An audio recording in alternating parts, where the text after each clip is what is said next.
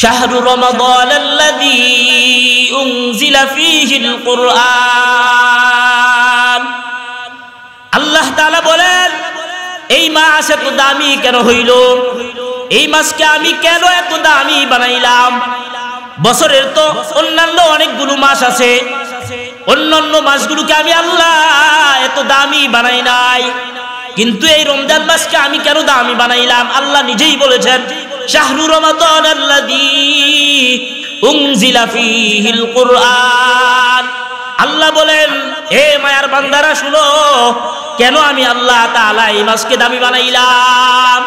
কারণ আমি এই মাসের মধ্যে, আল্লাহ তাআলা বলেন, আমি কোরআনুল কারীমকে নাজিল করেছি। সুবহানাল্লাহ। পৃথিবীর মধ্যে অনেক কিতাব আল্লাহ তাআলা মানুষের হেদায়েতের জন্য পাঠিয়েছেন। অন্যান্য যত কিতাব আছে সব কিতাবের মধ্যে শ্রেষ্ঠ কিতাব হলো আল কোরআন। এই কোরআন যেমন শ্রেষ্ঠ, এর নাজিল হয়েছে শ্রেষ্ঠ একটি মাসের মধ্যে। আল্লাহ তাআলা বলেন, আমি রমজান মাসে কোরআনুল কারীমকে নাজিল করেছি।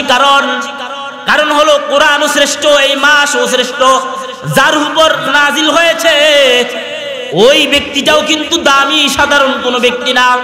আমার আল্লাহ তাআলা বলেন, আমি এই কোরআনুল কারীমকে যার উপর নাজিল করেছি তিনি হলেন ওয়া আরসালনাকা ইল্লা রাহমাতাল লিল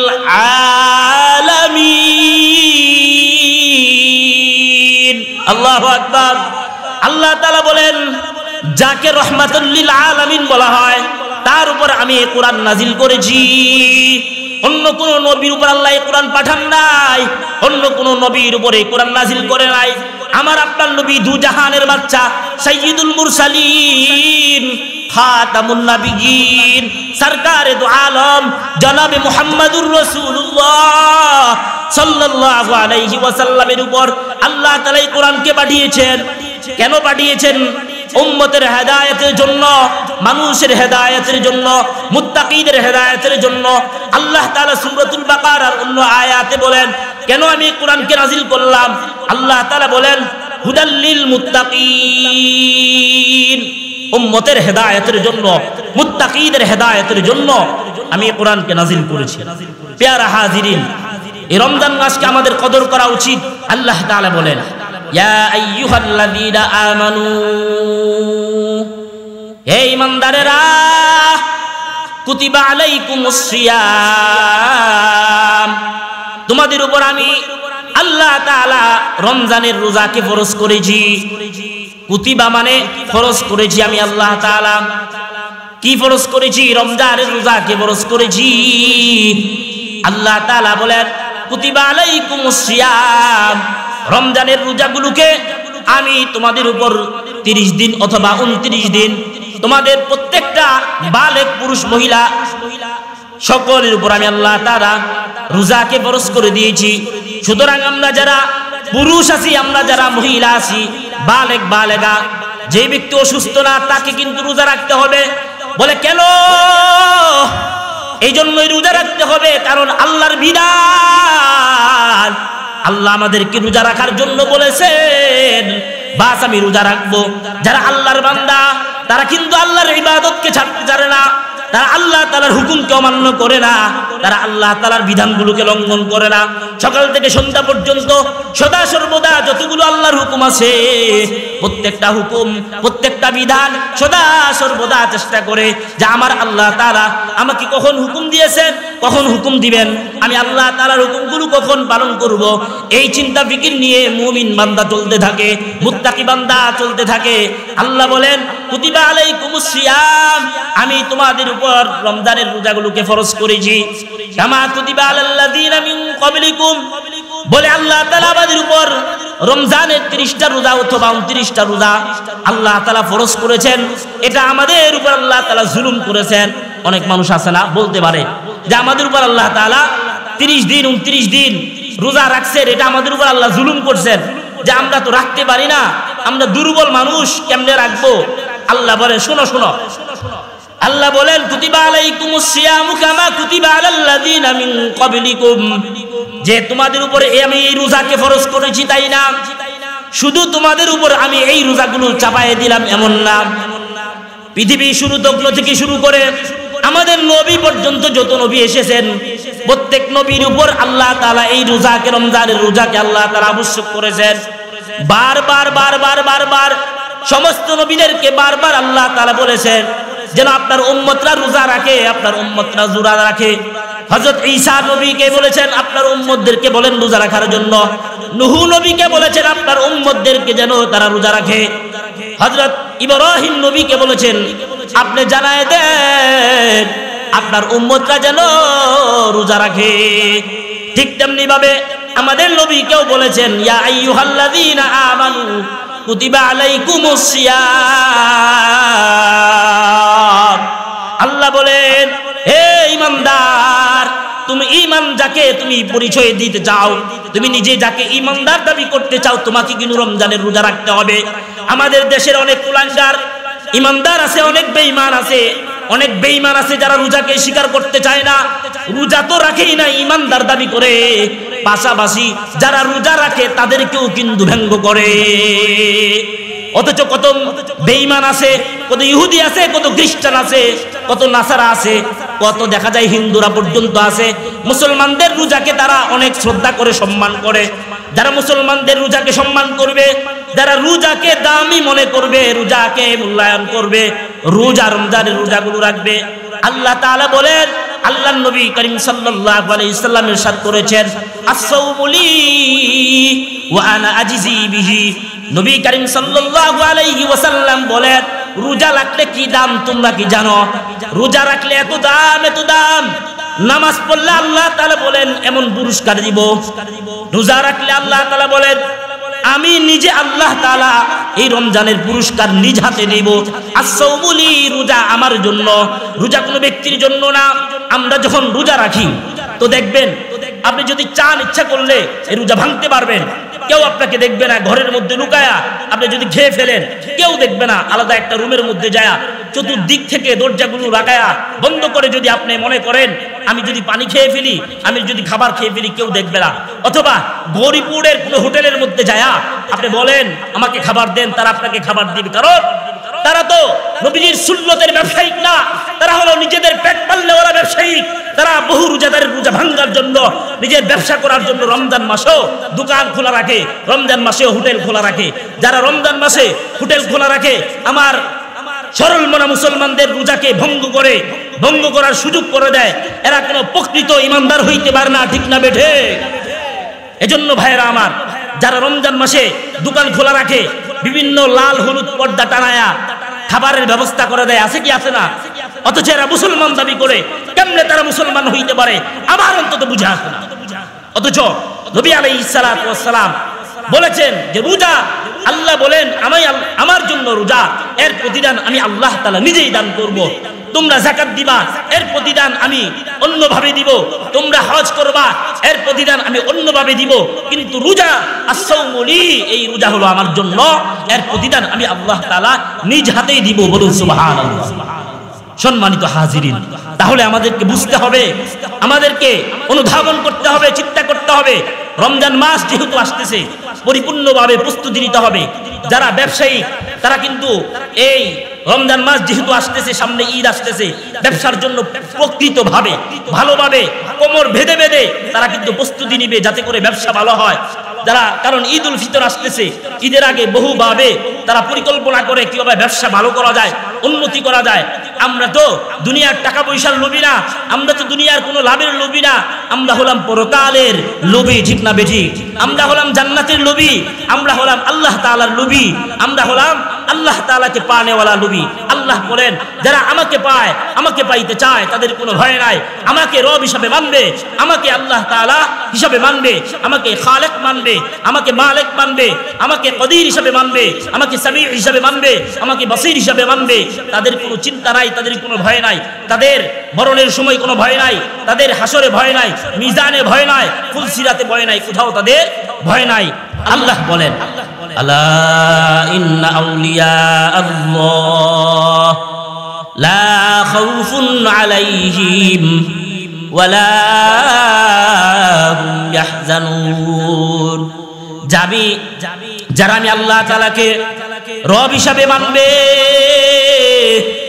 যে আমি আল্লাহ তাআলাকে ওলি হিসাবে মানবে, খালেক হিসাবে মানবে, মালিক হিসাবে মানবে, মনিব হিসাবে যারা আমাকে বিশ্বাস করবে, লা খাউফুন আলাইহিম, আল্লাহ বলেন তাদের কোনো ভয় নাই, ওয়ালা হুম ইয়াহজানুন, তাদের কোনো চিন্তা নাই, তাদের কোনো ফিকির নাই, তাদের ভয়ও নাই, ফিকিরও নাই। আল্লাহ তাআলা বলে নাই শুধু দুনিয়ার মধ্যে কোনো ভয় নাই, আল্লাহ তাআলা বলেছেন লা খাউফুন আলাইহিম, তাদের দুনিয়ার মধ্যেও কোনো ভয় নাই, পরকালের মধ্যেও কোনো ভয় নাই, মিজানের মধ্যেও কোনো ভয় নাই, ফুলসিরাতের মধ্যেও ভয় নাই। আল্লাহ তাআলা অনির্দিষ্টভাবে বলেছেন লা খাউফুন আলাইহিম ওয়ালা হুম ইয়াহজানুন। এজন্য আমরা রবকে যদি প্রকৃতভাবে মানি তাইলে কিন্তু রমজানের রোজা ছাড়া যাবে না।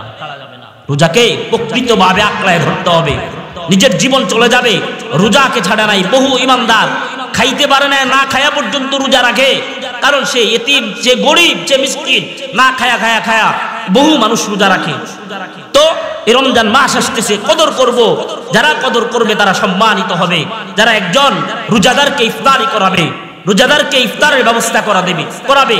রাসূল করিম সাল্লাল্লাহু আলাইহি ওয়াসাল্লাম বলেন মান ফাত্তারা সাইবান কানা লাহু মাগফিরাতুন লিযুনুবিহি ওয়া ইতকু রাকাবাতিহি মিনান নার। নবী করিম সাল্লাল্লাহু আলাইহি ওয়াসাল্লাম বলেন যেই ব্যক্তি একজন রোজাদারকে ইফতার করাবে তাকে আল্লাহ তাআলা তার গুনাহগুলো ক্ষমা করে দিবেন, তাকে জাহান্নাম থেকে মুক্তি দিয়ে দিবেন। বলে এই পর্যন্তই কি শেষ? কানা লাহু মিসলু আজরিহি। নবী আলাইহিস সালাতু ওয়াস সালাম বলেন যে তাকে একজন রোজাদার রোজা রাখলে যেই পরিমাণ সওয়াব পাইতো আল্লাহ তাআলা ওই পরিমাণ সওয়াব তার আমলনামায় দান করবেন। সুবহানাল্লাহ। বলে তাইলে কি তার যেই ব্যক্তি রোজাদার ইফতার করাইলো তার আমলনামা থেকে কি কাটা হবে? নবী আলাইহিস সালাতু ওয়াস সালাম বলেন যে না, তার আমলনামা থেকে তার রোজার কোনো কমতি হবে না। আল্লাহ তাআলা স্পেশাল ভাবে আলাদা একজন রোজাদার ব্যক্তির সওয়াব তার আমলনামায় দিয়া দিবেন যে ব্যক্তি ইফতার করাবে। আজকে বহু মানুষ আমাদের সমাজে ইফতার করতে পারে না, ভালো কিছু খাইতে পারে না, সেহরি করতে পারে না, আমরা ইফতার করাই না। প্যারা হাজিরিন, তবে মানুষকে তাড়াই দেই। একজন মানুষ আসছে আপনার নিকট, ভাই আমার তো ইফতারের ব্যবস্থা নাই। একজন দরিদ্র মা, তার স্বামী নাই, তার পরিবারে কেউ নাই, সে ভিক্ষা করে খায়, আপনি তাকে একবেলা ইফতারের ব্যবস্থা করে দেন। যেই ব্যক্তি ইফতার করা একটা ঘটনা শুনলে কি পরিমাণ ফজিলত আপনারা বুঝতে পারবেন। এক ব্যক্তি সারা দিন রোজা রাখছে তার সন্তানদেরকে নিয়ে, যখন সন্তানদেরকে নিয়ে রোজা রাখলো, সারা দিন রোজা রাখার পরে ক্ষুধার্ত হয়ে গেছে, মাগরিবের আগ মুহূর্তে ইফতার করবে কিভাবে সন্তানদেরকে নিয়ে। চিন্তা করলেন আমি যদি সারা দিন বসে থাকি, আমি যদি ইফতার না করি, আমি পানি খায়াও কিন্তু থাকতে পারবো, কিন্তু আমার সন্তানগুলা কিভাবে জীবন কাটাবে, কিভাবে রাত পার করবে, এই চিন্তা করে দেখা গেল ওই মহিলাটা ওই পুরুষটা বের হয়ে চলে গেল। চলে যাওয়ার পরে ওই পুরুষটা একজন ব্যক্তির কাছে, ভাই একজন ধনাঢ্য ব্যক্তি আমাকে ইফতারের জন্য কিছু দান করেন, কারণ আমি রোজা রাখলাম সারাদিন, আমার কোনো খাবার নাই, আমার কোনো ইফতারের ব্যবস্থা নাই, আমি কি করব? ইফতার করব, আমাকে কিছু ইফতারের ব্যবস্থা করে দেন। ওই ব্যক্তি তাকে ধন সম্পদের বাহাদুরি দেখাইয়া তার বাড়ি থেকে ঘাট ধরে বের করে দিয়েছে। যখন বাড়ি থেকে ঘাট ধরে বের করে দিয়েছে, রাস্তা দিয়ে আস্তে হঠাৎ করে এক ব্যক্তির সাথে দেখা হয়েছে। লোকটা ছিল হিন্দু। যখন লোকটা হিন্দু, তখন বলতেছে, ভাই আপনার কি হয়েছে আপনি আমাকে বলেন। বলে না ভাই আপনাকে বলা যাবে না। বলে বলেন দেখি কোনো সমস্যা সমাধান করা যায় কিনা। ওই ব্যক্তি নিজে বলতেছে, আমি তো সারাদিন রোজা রেখেছি, আমার সন্তানগুলো রোজা রেখেছে, এখন যদি আমি রোজা সামনে যেহেতু ইফতারের সময় চলে আসে, ইফতার যদি না করি, আমি না করলে হয়তো আমার সমস্যা হবে না, কিন্তু আমার ছোট ছোট সন্তানগুলো সারাদিন রোজা রেখেছে, যদি তাদেরকে আমি সন্ধ্যাবেলা ইফতারি না দিতে পারি, তারা হয়তো কান্না করতে করতে রাত্রে ঘুমাইতো আমাকে দিবে না। এজন্য আমি একজনের কাছে গেছিলাম, আমাকে যেন সে কিছু ইফতারের ব্যবস্থা করে দেয়। সে আমাকে ঘাট ধরে তাড়ায় দিছে, আমাকে প্রহার করেছে। এই কথা বলার পর ওই হিন্দু যুবকটা বলে, ভাই আপনাকে আমি কিছু টাকা দিলাম, ওই টাকা দিয়ে আপনি আপনার সন্তানদেরকে ইফতারের ব্যবস্থা করেন। বলে আপনি যখন পারেন তখন আমাকে টাকাগুলো দিয়েন, না পারলে না দিয়েন। ওই ব্যক্তি টাকাগুলো নিয়ে সন্তানের জন্য ইফতারের ব্যবস্থা করলো। ইফতারের ব্যবস্থা যখন করলো, ওই সন্তানের জন্য ইফতার খায়া সন্তানরা ইফতারি সামনে নিয়া সকলে মিলে আমরা যখন ইফতারির সময় আসে সবাই মিলে হাত উঠাই না, দোয়া করি না? ইফতারের দোয়া, ইফতারির সময় যেই দোয়া করা হয় এই দোয়া কিন্তু আল্লাহর দরবারে কবুল হয়। ওই যুবক সকল সন্তানদেরকে নিয়ে আল্লাহর দরবারে দুই কানা হাত উঠায় দিল, আয় আল্লাহ, আপনার একজন ইমানদার বান্দার কাছে আমি ইফতারির জন্য গেলাম, আমাকে সেই ঘাট ধরে তাড়ায় দিল, ইফতারের ব্যবস্থা করে দিল না। একজন হিন্দু আমাকে ইফতারের ব্যবস্থা করে দিয়েছে, আপনি তাকে হেদায়েত দিয়া দেন, আপনি তারে মুসলমান বানায় দেন, আপনি তাকে বেঈমান হিসাবে মৃত্যু দিয়েন না, আপনি তাকে ইমানদার বানাইয়া দুনিয়া থেকে বিদায় নিয়েন। যখন রাত্রি হয়ে গেল, রাত্রিবেলা যেই ব্যক্তির কাছে ইফতারির জন্য গেল গাড় দোড়ায় তাড়ায় দিল, ওই ব্যক্তির কাছে যাওয়ার পর সে তো ইফতারি দিল না। রাত্রে যখন ঘুমায় গেল স্বপ্নে দেখে আল্লাহ তাআলা সে জান্নাতের মধ্যে ঢুকছে, ঢুকার পরে একটা দরজা দেখা যায়, দরজার সামনে যায় নাড়া দেয়, সবাই মানুষ জান্নাতের মধ্যে ঢুকতেছে, আমাকে একটু জান্নাতের মধ্যে ঢুকতে দেন। বলে না না না না, তোমাকে তো জান্নাতের মধ্যে ঢুকতে দেওয়া হবে না। কেন কেন বলো?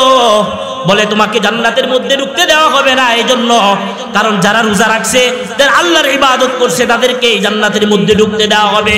এছাড়া অন্য কোনো ব্যক্তিকে যারা আল্লাহর সাথে নাফরমানি করে গরিবকে ধাক্কা দিয়া ঘর থেকে বের করে দেয়, তাদেরকে কিন্তু এই ঘরের মধ্যে, এই জান্নাতের মধ্যে প্রবেশ করার অনুমতি না। এই ঘর জান্নাতি ব্যক্তি যারা আল্লাহর ইবাদত গুজার যারা, তাদের এই ঘরের মধ্যে ঢোকার অনুমতি আছে, ভিন্ন কারো ঢোকার অনুমতি নাই। তো ওই যে ব্যক্তি নিরাশ হয়ে বের হয়ে চলে আসলেন। ওই ব্যক্তি নিরাশ হয়ে সকালবেলা যখন ঘুম থেকে উঠলেন, ঘুম থেকে ওঠার পর হঠাৎ করে দেখলেন আমি যেই স্বপ্ন দেখি, যেই স্বপ্ন তো ঘুমের মধ্যে ছিল, সকালবেলা দৌড়াইয়া ওই ব্যক্তির ঘরে চলে গেছে। দৌড়াইয়া যাইতে যাইতে যাইতে যাইতে ওই ব্যক্তির ঘরে যায়। ওই ব্যক্তির ঘরে যাওয়ার পর বলে, ভাই তুমি আমার কাছে ইফতারের জন্য গেছিলা, কত টাকা লাগবে তুমি নিয়ে যাও, টাকাগুলো নিয়ে যাও, তোমার সন্তানদের জন্য ইফতারের ব্যবস্থা করো। ওই ব্যক্তি বলল, ভাই গতকালকে আমি ক্ষুধার্ত ছিলাম, আমি ইফতার করতে পারি নাই, আমার গতকালকে আমার ক্ষুধার্ত ছিল, সমস্যা ছিল, ওই সমস্যা আল্লাহ তাআলা সমস্যা সমাধান করে দিয়েছেন। আজকে আমার তো কোনো সমস্যা নাই, আপনি চলে যান, আপনার টাকাগুলো দেওয়া হবে না। বলে, কিভাবে তুমি টাকা অর্জন করেছো? বলে, ওই অমুক বাড়িতে একজন হিন্দু যুবক আছে, সে আমাকে টাকা দিয়েছে, ওই টাকা দিয়ে আমি আমার সন্তানদের ইফতারের ব্যবস্থা করেছি, তার থেকে আমি টাকাগুলো হাওলাত নিয়েছি। বলে, আপনি কত টাকা দিয়েছেন? বলে, আমি এত টাকা দিয়েছি। বলে, এই টাকাগুলো আপনি নিয়ে যান। বলে, না না না, আমি টাকাগুলো নিতে চাই না, আমি তাকে উপকার করেছি একজন মানুষ হিসাবে। বলে, কেন কেন? বলে, তুমি তো এমন এক কাজ করেছো, তোমাকে আল্লাহ তাআলা জান্নাতি মানুষ বানায় দিয়েছে। বলে, এই যে উপকার হয়েছে, এই উপকারের বিনিময়ে আমি আল্লাহর কাছ থেকে জান্নাতি নিতে চাই। বলে, কেমন ভাবে নিতে চাও? বলে, আমি উপকার করছি, আল্লাহ তাআলা আমাকে এর বিনিময় দান করবে, আর এর বিনিময় আমাকে আল্লাহ তাআলা জান্নাত দিয়ে দিবেন।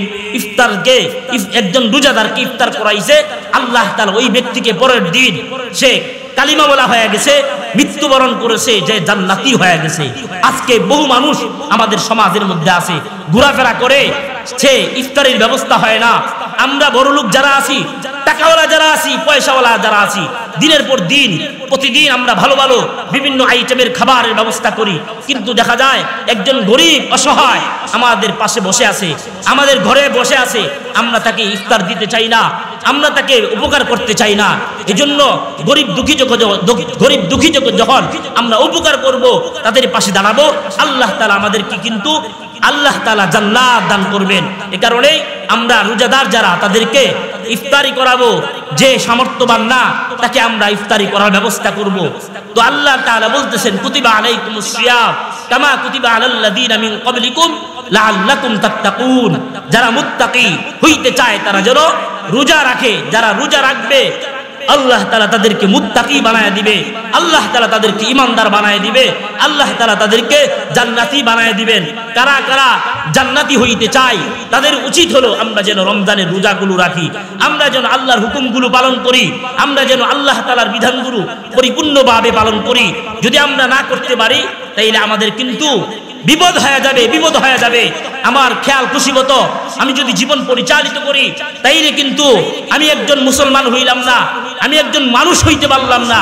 আল্লাহ তাআলা অন্য আয়াতের মধ্যে বলেন, যারা নিজের খেয়াল খুশি মতো জীবন চালায়, ওয়াত্তাবা হাওয়াহু কামাসালুহু কামাসালিল কালব, যে যারা নিজের মন মতো জীবন পরিচালিত করে, বলে রমজান আমার মন চাইলে আমি রাখবো, তাই তাতে আমার কি, তাতে মানুষের কি, তাতে মানুষের কোনো সমস্যা নাই, আমার যেইভাবে সমস্যা আমি সেভাবে চলবো, আমি নামাজ পড়বো না। আল্লাহ তাআলা বলে, শুনো যুবক, শুনো বেঈমান, শুনো নাফরমান, যারা আল্লাহ তাআলার হুকুম লঙ্ঘন করে, যারা নিজের খেয়াল খুশি মতো জীবন চালায়, ওয়াত্তাবা হাওয়াহু কামাসালুহু কামাসালিল কালব, তাদের উদাহরণ হলো একজন কুকুরের মতো। কুকুর যেমন সে খায় দায়, বাচ্চা দেয়, সে বাচ্চা প্রবেশ করে, প্রসব করে, তার যৌবনের চাহিদা আছে, সব কিছু সে দিনের পর দিন ভোগ করতেছে। আপনি তো একজন মানুষ যাবে, আপনার স্ত্রী আছে, ফ্যামিলি আছে, সন্তান আছে, বাড়িঘর আছে, টাকা পয়সা আছে, আপনি লেনদেন করতেছেন। তো এগুলো তো একজন কুকুরও করে, একজন প্রাণীও করে। আল্লাহ তাআলা বলেন, একজন প্রাণী আর আপনার মধ্যে কোনো পার্থক্য নাই, কুকুর যেমন আপনিও তেমন, ঠিক না বেঠিক? আল্লাহ তাআলা বলতেছেন, আপনারা বললেও ঠিক, না বললেও ঠিক। এ কারণে রমজান আসতেছে, সাবধান, কেউ যেন আমার জীবন থেকে আর সামনের জীবনগুলো, অতীতে যা হয়েছে আর না হয়েছে, সামনে থেকে যেন আমার কোনো একটা রোজাও না ছুটে, এক ওয়াক্ত নামাজ আমার যেন না ছুটে, আমি যেন কোনো উলামায়ে কেরামের সাথে বেয়াদবি না করি, আমি যেন কোনো আলেমকে কটাক্ষ করে কথা না বলি, আমি যেন কোনো ইসলামকে, ইসলামের বিরুদ্ধে কোনো কথা না বলি, আমি যেন মসজিদ মাদ্রাসার বিরুদ্ধে কোনো কথা না বলি, আমি যেন দ্বীনের নাফরমানি হয়, ইসলামের নাফরমানি হয়, ইসলামের সাথে কটাক্ষ হয়, সাংঘর্ষিক হয়, এমন কোনো কথাবার্তা যেন আমার মুখ থেকে না বের হয়। একজন আলেমের বিরুদ্ধে কিভাবে আমি একজন গণ্ডমূর্খ হয়ে কথা বলি, এটা আমাদেরকে চিন্তা করা উচিত, ফিকির করা উচিত। আলেমের ভুল হইলে আলেম ধরায় দিবে, মসজিদ মাদ্রাসার সমস্যা হইলে কমিটি আছে দেখবে। আপনি কিভাবে হঠাৎ করে মসজিদের মধ্যে, মাদ্রাসার মধ্যে চেঁচামেচি করে উঠবেন, এটা কোনো ইমানদারের পরিচয় হইতে পারে না। কমিটি আছে, সমস্যা হইলে সমাধান করবে, ইমাম আছে, মসজিদের সমস্যা হইলে সমাধান করবে, মাদ্রাসার মুহতামিম আছে, সমস্যা হইলে সমাধান করবে, কমিটি আছে, সমস্যা হইলে সমাধান করবে।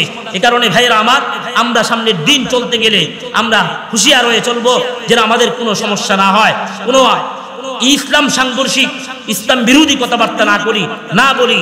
এ কারণে আমরা সামনে থেকে হুঁশিয়ার হয়ে চলবো।